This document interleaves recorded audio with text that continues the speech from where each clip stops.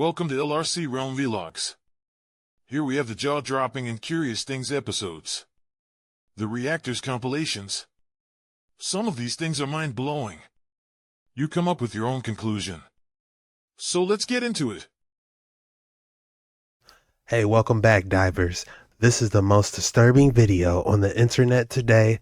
Let's dive in.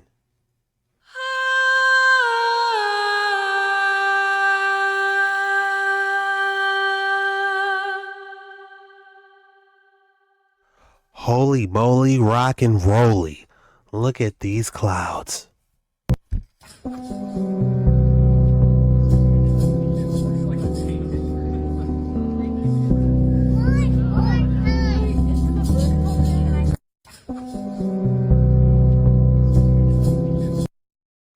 I've seen something like this before. It was called Independence Day. What if that's a giant cloaking mechanism for a giant mothership? But regardless, it is a beautiful sight. These clouds, truly stunning. This next one is for the naysayers. Yeah, it's real.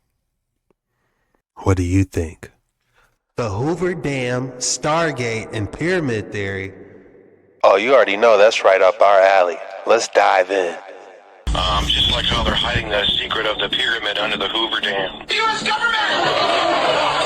Which is covering up the truth about the ancient pyramid under the Hoover Dam! And I just thought how so many of us, including myself, have been focusing so much on CERN. And what if CERN has just basically been gathering an energy source like dark matter or whatnot to open a Stargate? And what if that Stargate is actually the Hoover Dam? And once I started researching this, I found some interesting articles. There's not a heck of a lot of them, but these articles are all talking about how the Hoover Dam was built like a Stargate. So I believe that a lot of people's different research and that this is all connected and culminating together. And if we look at this article, I think this needs to be looked into on a much deeper scale. I just think that there's something going on with the Hoover Dam, and what if what is going to be birthed forth is something that's actually going to come out of that area? What if this also is a large part of a smaller part? What if these archways to Bell that they've been putting up, we don't know what's been constructed inside of them. I do have a video that I'd seen where a person had mentioned that all the arches were built by robots and were all built by machines. And who's to say, with the weird things that are going on in this day and age of technology and what have you, what's to say that these archways aren't going to be dimensional portals put up all over the world for, you know, the armies of the underworld to come forth through, or fallen angels, the dark ones, whatever you want to call them. Whatever's coming through them is going to be good, but there's a lot of other stuff that's coming together, and I just believe that we need to be really paying attention very closely as to what is going on and look into all aspects of all things in order to see what the enemy is up to. You say a portal for fallen angels to go through? What? Here's the statue at the Hoover Dam. Doesn't it give like fallen angel vibes? Look how large they are. It would be even crazier if they had 6 fingers and 6 toes. I'd actually never heard about any of the odd edifices and symbolism to be found at the Hoover Dam until I actually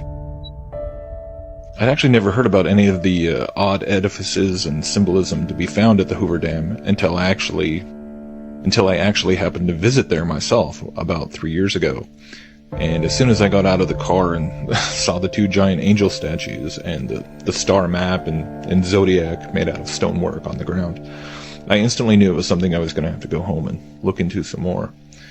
And of course, when I did, there was a lot of others who had noticed these same out-of-place monuments and symbolism. And in the past few years since, a number of other people have made videos and written articles about the many strange aspects of Hoover Dam, such as the elements of Freemasonic symbolism, famous Illuminati Super Bowl performance, or the rather curious light show that was done on the front of the dam using a German soccer team logo, which, oddly enough, featured a goat and twin. And of course, another theme that has surrounded all the conspiratorial Hoover Dam speculation is the idea of it somehow being a Stargate. And this, of course, ties heavily into the star map there, where it shows Alcyone of the constellation Pleiades. But it's the Stargate idea that has actually really intrigued me here. When examining the monument erected to supposedly commemorate the men who died in the construction of Hoover Dam, many people have spent a lot of time trying to tease out esoteric meaning from the rather Egyptian-looking figure there, and what perhaps is being represented by the water and the sun and everything else. And it's real easy to get lost in the minutia of all that. But for me, one of the things that really strikes me is just the simple, rather hidden in plain sight type of message from the whole basic theme of sacrifice itself in the inscription. Now, I'm not saying that no one actually died in the construction of the dam. I mean, I would actually have a hard time being convinced by anyone that you could even build something the size of Hoover Dam in the 30s and not lose lives. But when you step back and just look at everything that was chosen to be incorporated into a bunch of construction workers, then it's really just bizarre. Do I dare say they could have found the dam as well? We go back and take some cues from the many other ancient examples of monolithic sites built by various pagan civilizations, whether it be the pyramids on the Yucatan Peninsula, or the Egyptian pyramids, or the mound builders of the Mississippi Valley culture, or Stonehenge, and so many other examples. We can start to realize that indeed the ritual of essentially creates a demonic stronghold in that region, sort of like a spiritual anchor point for the demonic realm that uses the monolith itself as kind of almost like a spiritual battery. And so Tim Bence has traveled extensively, being led by God to find these altars and destroy them, and release these areas from demonic spiritual oppression. And he tells the most incredible story about being led by God to Jekyll Island, where the Federal Reserve was created in secret, and learning about the history of the island and how it essentially had a Nephilim tribe living there, which had a stone altar upon which humans were sacrificed. And this altar was, or is, underneath the very house where the Morgans and Rockefellers and the representatives thereof conspired to create the Federal Reserve. So definitely just go check that out, because it's probably one of the most intense interviews you'll ever listen to. But anyhow, this is the context and the concept through which I believe that the Hoover Dam and all the weird occult imagery and references to stars and angels and weird-looking portal designs in the floors and everything else makes the most sense to be interpreted through. Not in the sense that it's some secret doomsday machine or interdimensional portal device, although it is a machine. I mean, it's a functioning hydroelectric dam.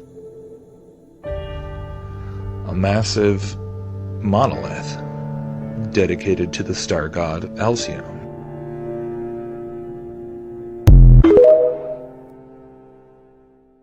If you're enjoying this video, be sure to hit that like and subscribe button, because we do these videos every single day. 365 days a year, 366 on a leap. And I'd love to see you around here. So let's get straight back into the action. I mean, take a good look at this. Look at how you're able to put your fingers inside this marble or possibly stone statue. Here is a CNC machine going straight into some marble or rock. Is this what they possibly did at the Kailasa temple we just seen? The same possible technology that's able to imprint on marble and stone.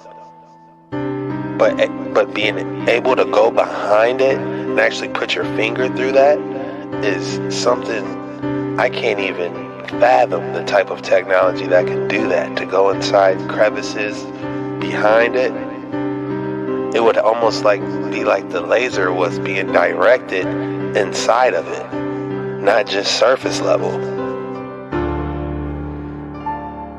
Because you gotta admit, it looks very similar. But how he's able to put his fingers back there remains the mystery. Drop your thoughts in the comments below. I'd love to hear them. The 12th century Hoysalaswara temple in India, two statues often misinterpreted online show something deep. One holds a wax tablet and stylus tools for writing, the other finger symbols used in music. These details highlight the advanced culture and creativity of that era. At the 12th century Hoysalaswara temple in India, again, the detail is just on another level. But you can see it's like a dress is actually being worn here. Like it's like a petrification almost. You can see the smooth skin on the back, and then you see the ornaments. You can see the ornaments, the head ornaments. Look how the detail goes behind them.